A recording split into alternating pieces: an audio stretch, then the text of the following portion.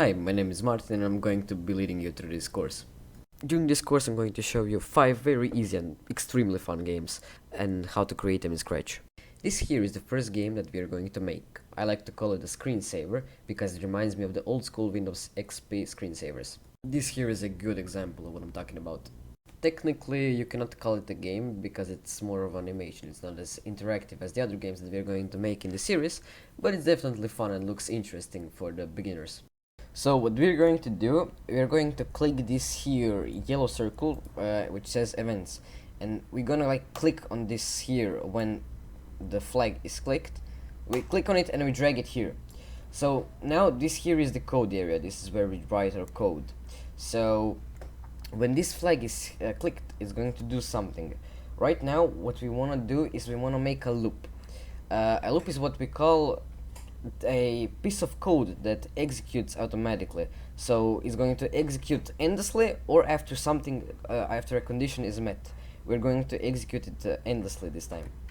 Now what you want to do is you want to click this control circle over here, it's orange, so you drag this forever. What this is going to do is going to execute some code, so it's going to run it continuously forever. I mean until you stop, until you click this here, but okay, let's call it forever. So now what you want to do, you want to click this blue again circle over here and just put this over here. You don't have to change the numbers, it's alright like that. So when we click this, this guy is going to move just forward until he meets the barrier, so he's no longer allowed to pass through. Also, I would like to make an addition so it's a little bit easier for you to follow everything. Now when we start the code again, he's going to be in the same position, so unless you drag it. What we want to do is we want to teleport it and let's say spawn the cat on the exact position every time, and this is going to be the null position. So just like we're going to drag this here and write the numbers 0 and 0 over here, so he is going to spawn in the middle of the screen each time we press this. So he's going to just come to the first meeting point and continue forward. Now what you wanna do is just drag this here, if on edge bounds. Of course this function is self-descriptionary, so each time it goes to the edge, the guy is going to bounce, so like this. This here is pretty boring, so let's make it a little bit more interesting. So what we're going to do, we're going to click this purple circle and we have to find it. Change color effect by 25. Perfect. And now it's going to give you epilepsy, so yeah.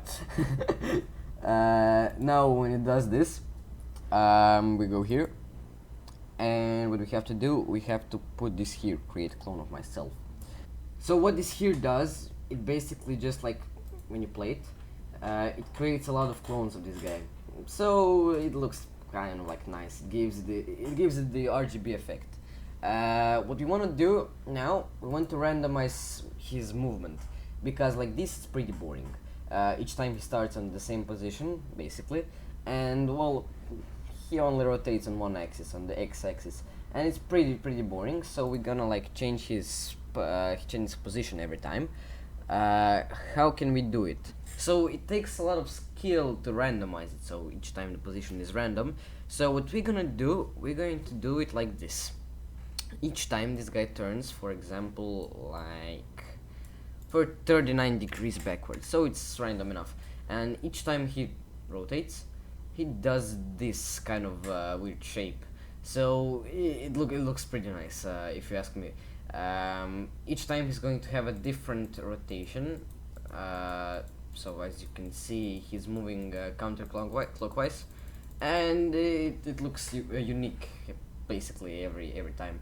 You can always put this rotation like a smaller number inside of it, so it looks more random, but for now I think it looks alright for this first video. Well, thank you and enjoy the next one.